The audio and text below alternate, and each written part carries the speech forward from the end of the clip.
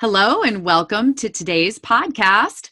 I'm Susan Guthrie, your host, and today my guest is going to help you find love. She is not but the love coach. Her name is Junie Moon, and she helps women, but also maybe men in midlife experience next level love. So one of the things I want to ask her right off the bat is, what is next level love? Because it sounds great.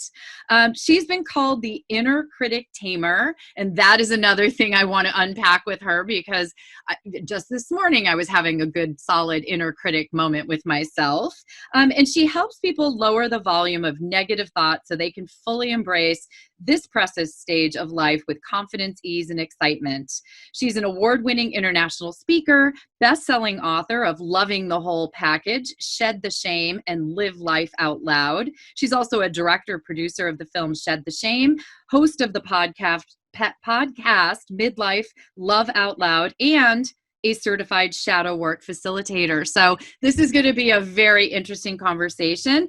Junie Moon, thank you for joining me. I am so excited to be here. Thanks for having me.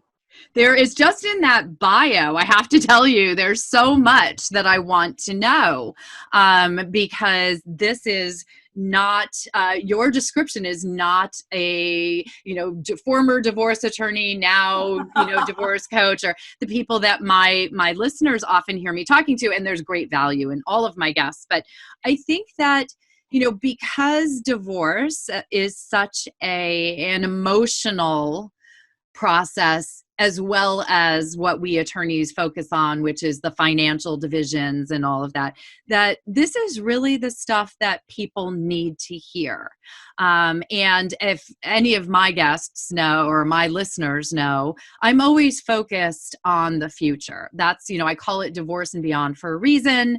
But one of the things that I think of value that you truly do is you help people unpack that past, or go through work through what has happened in the shadows, perhaps in their life, and help them to, to move forward. I think you have to sometimes deal with your past in order to go forward. So, but let's take it to the basic question, because you are the love coach. One, what is a love coach, and how did you become one? Okay. Love it. Love it. Love it. Thank you. I call myself the love coach because I claim that love is there for everybody, and I want to help everyone access it. And there's different ways to access it. And I really stand for love. I don't think there's anything more important in this world than love. And going through all these different titles through the years and working with different people, with different types of relationships, whether they're ending, whether they're starting, whether they're working with the relationship that they have, at the end of the day, I just kept coming back to where is the love, and helping people really see what's possible. So yes, I am the love coach, and I'm sticking to it. Well, and that's, really, I think for human beings at our core, we all want love. And that's, I think, actually one of the reasons why divorce is so hard, because very often what I've experienced myself in past relationships that have ended, including my divorce, and just having helped so many people through the process, is often it's not the loss of a relationship that's not working that hurts so much. It's the loss of the idea of being loved and loving. And, we are very attached and very much want that in our lives. And when we are faced with the end of a relationship, even if that relationship wasn't serving us, which so often it was not, if it's ending, that I think has so much to do with why it's so hard for us to let go and move forward, because we all yearn for that love. Yeah. And you actually say that many people are their own worst enemy in this. And so I'd love to know what you mean by that. Thank you. Well, firstly, when we are dealing with loss and we're letting go of a relationship, wherever we are in our life, truly, we start to take on these beliefs.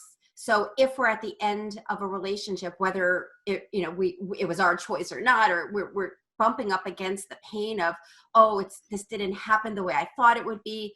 suddenly we're going in on some level, tapping into one of the biggest fears is, will I be okay?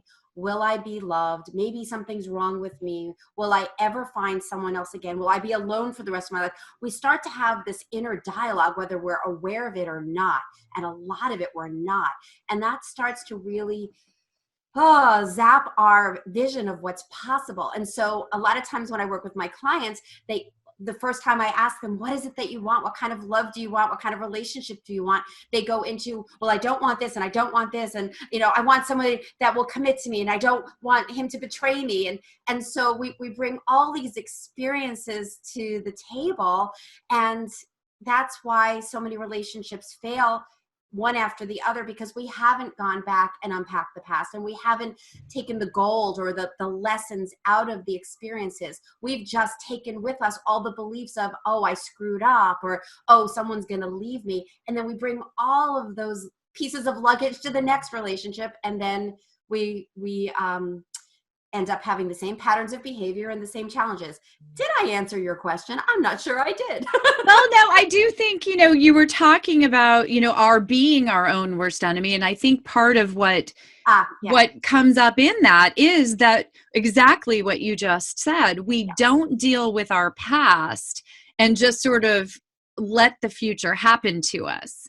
Mm-hmm. And the other thing that you said that really jumped out at me, because I do think that this is the most common emotion that people face in divorce, is fear. Yes. Fear is debilitating for people. I experience that with clients and with listeners and with people day in and day out. And it truly is the number one emotion. And a lot of it is what you just said. It's that fear of, will I be loved?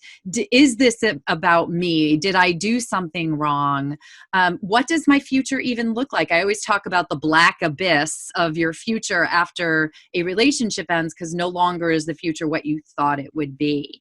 And you referenced in our pre-interview discussions the Gremlins, which I love. I have this little mental vision of little green guys running around.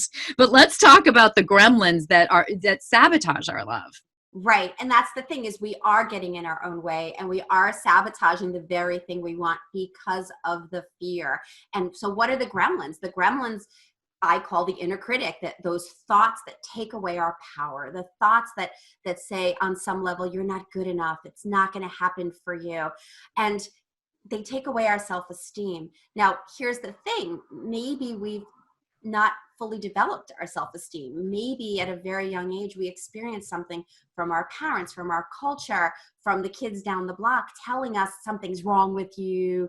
Oh, you don't fit in. We got these messages from these experiences and laid down this unconscious belief system that has us feeling like we better be on guard, because the shit's going to hit the fan if I'm not really careful. And so that's where the fear bubbles up. And when that old brain, that mammalian brain kicks in and goes, uh-oh, someone might leave me, someone might ghost me, someone might hurt me so badly, then the inner critic, which we think is horrible, can actually be our friend. We just need to work with it. But if that inner critic is going, oh, no one's going to really love you at 50.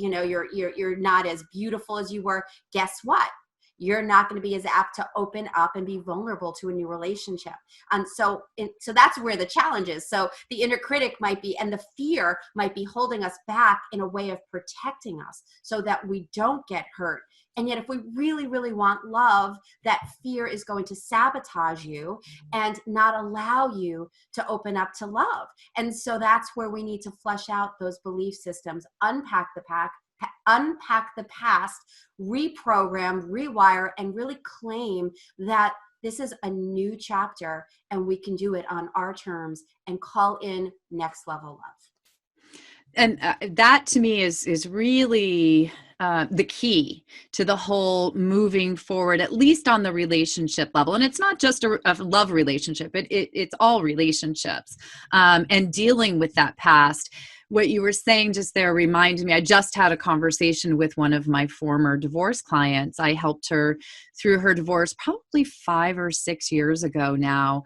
Just lovely, lovely person. And very quickly after her divorce, she entered into another relationship, got engaged, and started a business with her fiance. And now it's about 5 years later, and unfortunately that relationship has ended. Yeah. And in our conversation, she mentioned that she got involved with the same person that she had divorced 5 years or 6 years ago, and that it took her a while to accept that. And now, is that a part of that baggage where we repeat some of our patterns of our past?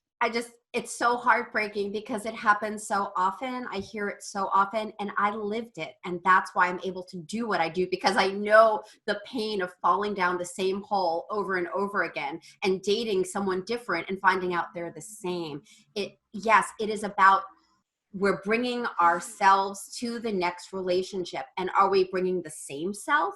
Or are we bringing the more evolved, healed self? And I really needed to stop and look. I couldn't believe what was going on. I had said I would never walk on eggshells again, never be codependent again. And I had done a ton of work. And there I was having the worst weekend of my life with this new guy that I thought was going to be my one.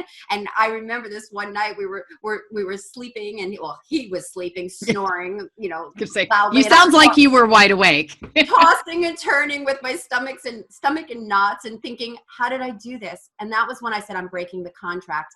And I took time before I jumped into the next relationship. I did the unpacking. I did the shadow work to flesh out what were my blind spots. Why was I doing this again and again? And this is what I do with my clients. And the long story short is I broke the contract. I changed the pattern. And now I have what I say is next level love, the ability to be me, to get my needs met, to voice what I need to voice if that's my truth. I don't live in fear anymore. I came home to me. I dated me to really know what floats my boat and be able to stand in that place and go, you know what? I'm pretty amazing, and I deserve someone that can see that without the masks. This is who I am without apology. And when you can come to that place of clarity, and that's what I do with my clients, to be able to bring them to that place of this is who I am without apology, you call in a very different type of partner, and you break that contract, and you don't date the same person again. What a great visual I have on you date yourself, right? You enter into a new relationship with yourself. I think inherent in that, and this was true in my life when I ended my first marriage, which had so many mistakes were made there on my part as well as my ex-husband's. Yeah. I fully had to own my own errors in that. But it was 3 years before I met my current husband. And I have always said, if I hadn't done work on myself and gotten to know myself a lot better in those 3 years, Mm-hmm. I don't know that I would have recognized the phenomenal human being with spectacular qualities that suit me so well that are in my current husband. If that had not happened, I might have passed him over or not been as wowed by him. And that makes me sad to even think that, because I think that's a phenomena that might be happening for other people. If you aren't doing the work, you're going to end up like my former client, or like you when you woke up next to Mr. Snorer, wondering how you ended up in the same place. So, let's just talk about, when do you start doing this work? Do you do it while you're ending the relationship? Because we know divorce can take forever. Right now, especially, it's hard to get anything done at all. Is it the right time to start working while you're getting divorced? Should you wait until you're done? What's the timing that you recommend? I think it's a personal choice of timing. And of course, when I speak with someone, I can get a sense of whether they really need therapy or whether they're really ready to do the coaching work. And so I think it's a yes and for that, yes, you can do it at any time. And sometimes there are better times than others. And I think the biggest thing is being aware that something is not working for you. There is a pattern that you want to break, that there's some kind of shift that you are yearning for so that you can move forward in a very different way. So I have worked with people that are letting go of marriages and help them see really clearly what they needed and to be able to help them with boundary setting. I've helped people have better divorces, more amicable divorces, because they were able to relax more and trust themselves and know that they can have better communication with their well, soon to be ex-partners. Yes. And without that self-assuredness, and if they have too much fear going on, it affects the divorce process. So there is something to be said about that. And then, of course, getting prepared for what's next, because the black abyss that you said, that is hugely scary. And a lot of times that will impact the divorce process as well. And then there's the beauty of what's the next chapter. And so when I work with people that are divorced and have been out there and are kind of like, I really, really want to find a partner, but I'm really struggling with this. That is also such a great time. You know, I have this one client, when you were talking before, it made me think of her. When she came to me, she was, early 50s, still early 50s, and she so desperately wanted a partner, but she had this pattern of over and over dating the same guy, going into a relationship, and then she would sabotage it in different ways. And then she came into my program, my Midlife Love Mastery program. And in about a month or so in, we did this process, and she was able to have this huge aha about why she was sabotaging and why she had a bad picker. And so this guy that, yeah, right, the bad picker. Everybody the bad picker. Right? Yeah. And your picker's broken. The picker is broken. And so as soon as she got this aha about the training she had about relationships as a child, and she had that clarity, and we did a specific process with her, a few weeks later, she was at an event, and there was this man that she had seen. She had known him for years, but suddenly she saw him differently because she was different. And guess what? He saw her differently because he had never witnessed her in that way. And the long story short is, they're together almost a year. She has a ring on her finger, and she's like found this person that matches her in the best way. But she needed to go back, clean it up to be able to go forward. Well, and one, I love that story because I think there's the power in the journey that you help people through. Mm-hmm. Nobody really actually wants to go back. Nobody loves to unpack that past that was painful and difficult. And now you've mentioned something that I've heard from other professionals. And when I worked with a coach myself, she had a similar theory that much of what holds us back in our current life stems from things that happened back in our childhood. And we need to go back and find those things. And it utterly shocked me that within the first half hour of knowing me, she pinpointed a very central, a very central event in my young life that I had thought I had forgotten. Yep. So is this, I just wonder, because I have to know about this, is this shadow work? Is this a part of what you're talking about? Because I need to know what shadow work is. It's a fascinating title. Yes.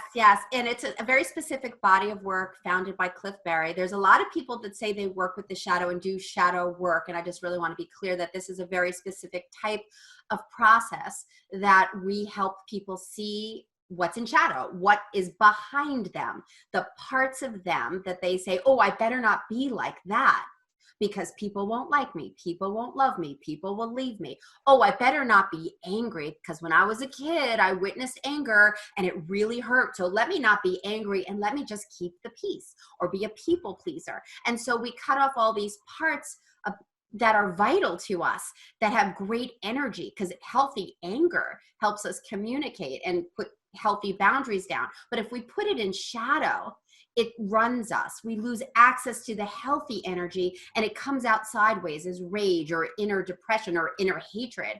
And so we do need to kind of flesh that out. We need to kind of see what happened in the past. And sometimes people will say, oh, I don't remember my history.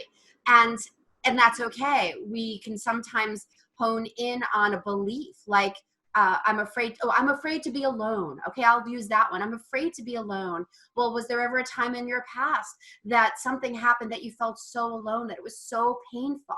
And they might have that memory or maybe not. Most people can track it, and most people can suddenly see things in a way that they hadn't seen before because of the special processes that we've been taught in shadow work. Basically, we set up these opportunities for people to look at things from a different perspective and be able to see things beyond the conscious mind, believe it or not, because of how we do these processes. And so we have these ahas. We go, oh, I lost my vulnerability because, and I'm using myself as an example right now, because when my dad died at 14 and he was my one and only support system, I realized I couldn't rely on anybody else. So I had to become Wonder Woman, and I threw away my ability to open up and lean into people. And so then you come into my future, and suddenly my future self is talking to a practitioner, and I'm like, I just can't let anybody in, and I just can't open up. And we go do these processes and suddenly go, oh, this is why I'm so scared, because my dad left me and I felt like I would die, and I never wanted to feel that again. And the beauty about going back, the beauty about looking at the shadows, because people go, oh, that sounds so scary. The beauty is you actually get to understand why you do what you do, and you can change it. That, what's more scary to me is not knowing the shadows, because they hurt, you know, and they run us. Change it, and they run us. Exactly. They run us. And you start behaving in ways that are not in alignment with who you want to be and who you really are. So we bring you back to present time, a very different person, more fully evolved, more fully expressed, and way more happy. And it all comes down to, you know, one of my true beliefs in life is, a therapist said it to me a long time ago, but awareness is everything. And we spend so much of our lives operating unaware of why we do things, what motivates us, what's holding us back. And although there is some discomfort, certainly in looking backwards, seeing our shadows, there was also, I can say for me, in that half hour when she figured out this moment in my childhood that had such a, one of my big issues is perfectionism, because I learned long ago that if I was perfect, everybody would love me, and that made my life much easier. But nobody's perfect. And so that dichotomy obviously causes great discord in our lives. Made just in that 30 minutes of discussion changed, you know, my approach to life in an incredible way. It's that light bulb moment. It's that aha. And it all stems on that awareness. I would love to add to the awareness piece that you just said, because awareness is everything. And how I look at it is, it's the first step. It's not everything. It is the most important thing to have, because you can't do the work unless you have the awareness. If you don't realize that there are certain patterns that are hurting you, then you can't open up and shift things. So awareness is everything. And then there are other steps after. You have to have that first step. And then we have to drop in and go, okay, now that I see that I can't open up my heart, or I'm terrified to be betrayed again, now what? And that's, to me, the beginning of the true shifting, with what I call transformation that sticks. Oh, I like that. That's fantastic. So you mentioned earlier, and I want to be sure that we talk about it, your Midlife Love Mastery program. And so just tell us about that, because it's very exciting and I know it's coming up.